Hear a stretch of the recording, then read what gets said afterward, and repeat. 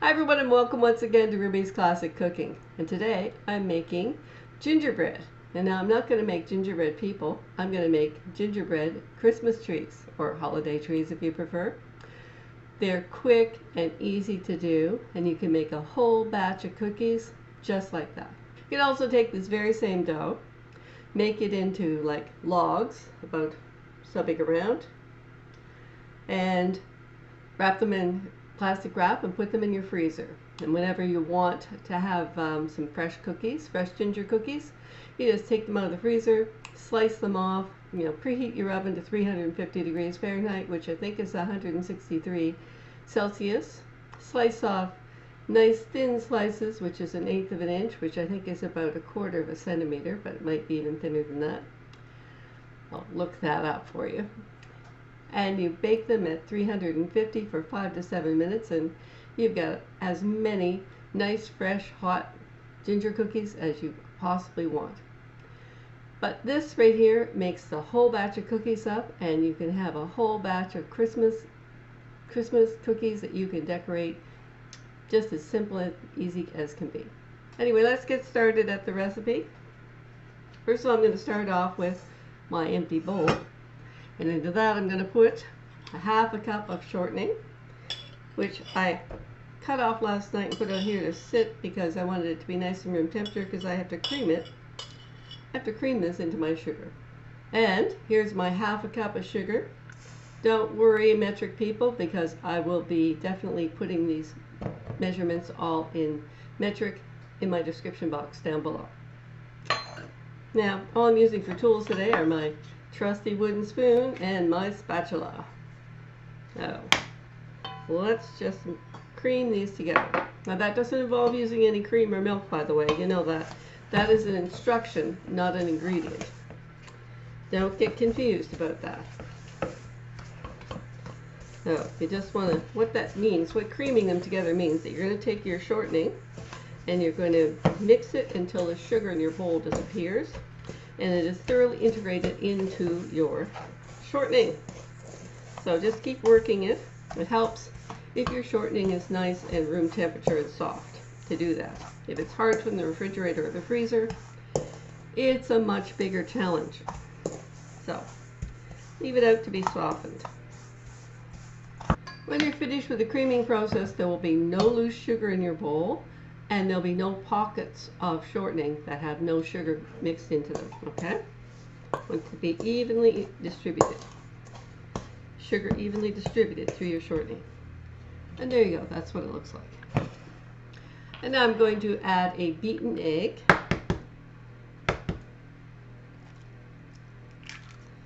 No shell, please. There we go. No shell today. Yay.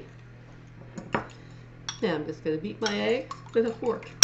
You can use your egg beater, you can use your electric mixer, you can use whatever you want, but a fork, a little bit of wrist action, will mix it right up. Beaten egg. One beaten egg, there you go. And it says to combine your beaten egg with 1/4 of a cup of molasses. Need molasses in ginger cookies. Can't have ginger cookies without molasses, and of course without ginger. So I'm now just going to mix my molasses and my egg together in a little bowl here with my fork.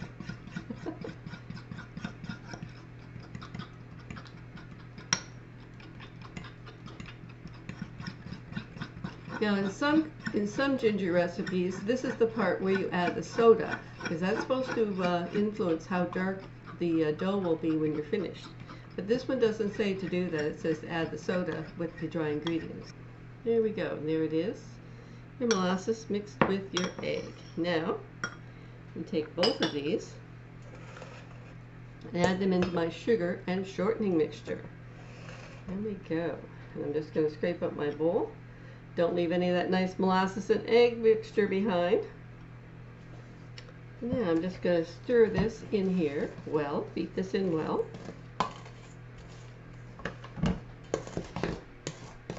It says beat until light and fluffy. So there you are, beat until light and fluffy. And now I'll put that to one side while I measure out the dry ingredients. In my bowl here I have 1 3/4 cups of all-purpose flour. That's Canadian. That would be strong flour or bread flour in the United States or in the UK. Okay, so to that I am going to add a few things. Some ginger, baking soda, not baking powder, but baking soda, and salt. All right, a 1/2 teaspoon of salt goes into my flour here. A 1/2 teaspoon of salt, and a 1/2 teaspoon of baking soda, not baking powder, but baking soda. Just level that off on the box lid, like so, and in that goes. And and 2 teaspoons of ginger. Now, bear in mind this is an older recipe, and you might actually have to add more than 2 teaspoons of ginger to get a gingery enough flavor for you. In fact, I'm going to be fairly ginger forward, as they say. Yeah, I think I may put 3 teaspoons in today, even though the recipe calls for 2, because these recipes were written in the 1960s. And in the 1960s, people were still recovering from the shortages and restrictions of World War II, which didn't end until 1945. So I know it takes them a while to adapt, adopt, and move on. Just going to blend these together. You may even think you need more ginger for this because it's no longer on the rationed list. Hasn't been for a very long time anyway. So you want to blend or sift these together, although who in the world owns a flour sifter these days? Only your super dedicated bakers these days would own a flour sifter. And I don't even own a flour sifter anymore. Now it says, gradually add this flour mixture into your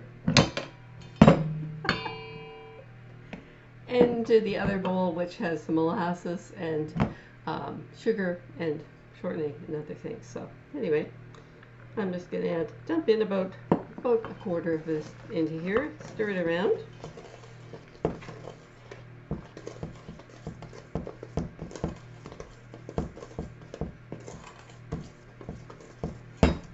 And you want to make sure all your flour disappears in between additions.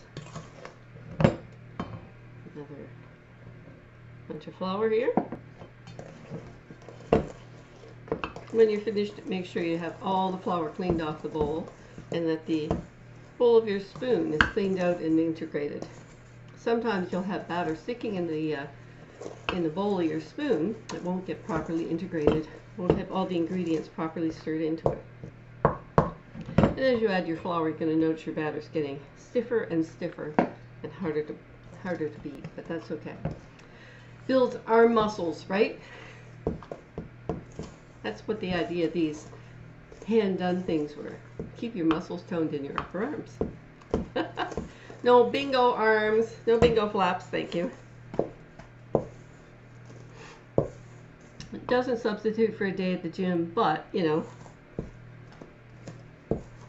it gives you more exercise than opening a package of ginger cookies.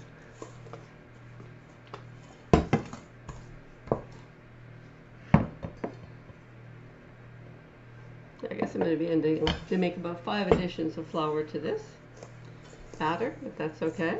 It's however many you want to make it. Alright, now let me finish up integrating the last bit of flour into my cookie dough here. Okay, now see, making sure that I have integrated all of my flour, there is my final batter. Now, it's a little bit sticky right now.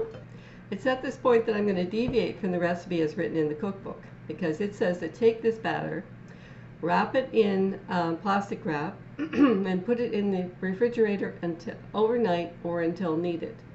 So I'm just going to bake this off right now. And tomorrow, if you do it that way, then you would take this cookie dough out.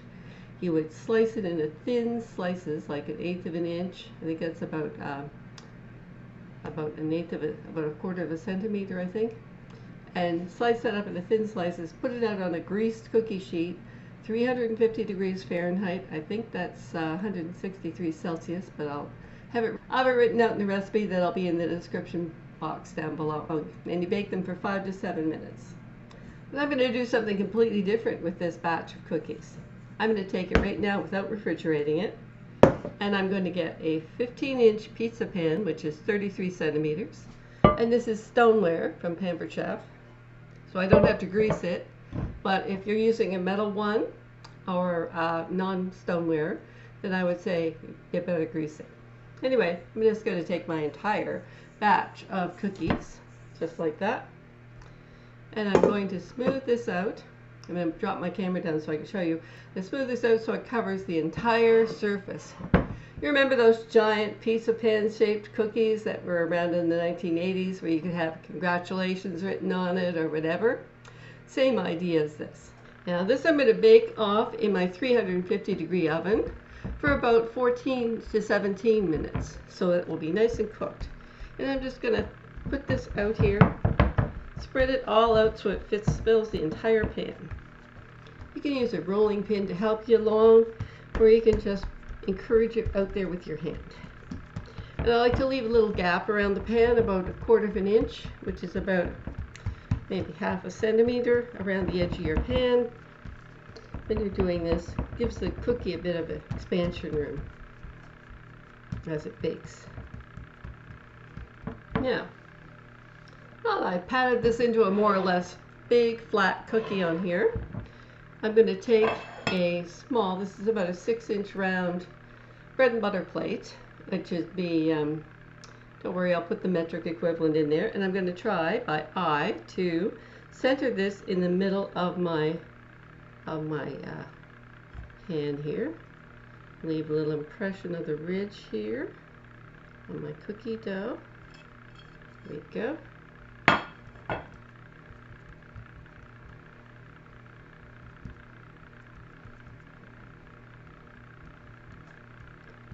And now what I'm going to do when I'm finished is I'm going to make a whole lot of Christmas trees.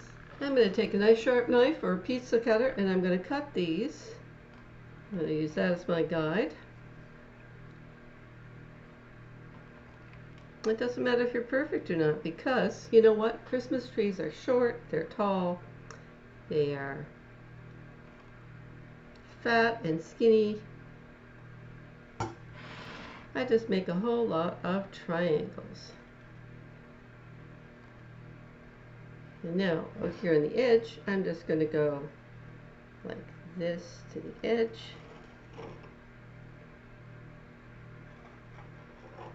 I'm going to make zigzags. I'm going to go like this to here. Oops, that one didn't turn out very straight. It's the thing about doing this, you can just pat that back down.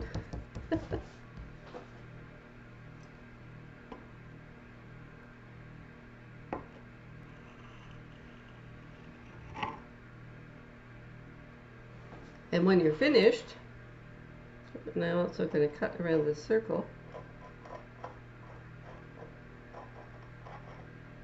like this with my knife so that these cookies are free of the rest of them.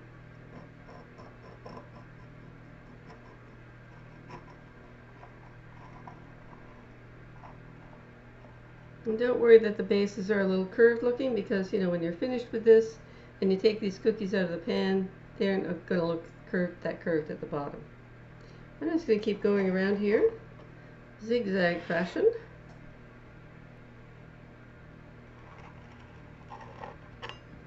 Creating my trees. You know, not all your cookies are going to be the same size. As you can see, there you go. I got my plate a little off center this time. Oops. This is going to go into my preheated 350 degree oven, and it's going to stay there for 14 to 16 minutes. And when I come out, I'll be moving these off of here. Now, something I may do, while this is all still warm and in the pan, I may sprinkle icing sugar, confectioner's sugar, all over this to make it look like snow on my Christmas trees. And here are my ginger cookies, fresh and hot out of the oven. See, they still look like trees here. And now I'm going to decorate them. It's my container of icing sugar. Confectioners sugar, it's the kind you make icing with. And I'm just going to sprinkle some of it on top of some of my cookies here. They're hot out of the oven. And see, it looks like snow on my Christmas trees. There you go. Now, I also have in here some perils, which are shaped like snowflakes. So I'm just going to rain some of them down on top of my cookies.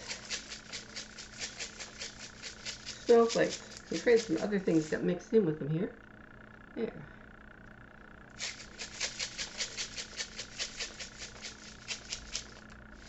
You can leave them plain. You can decorate them. You can decorate different sections of the cookies different ways.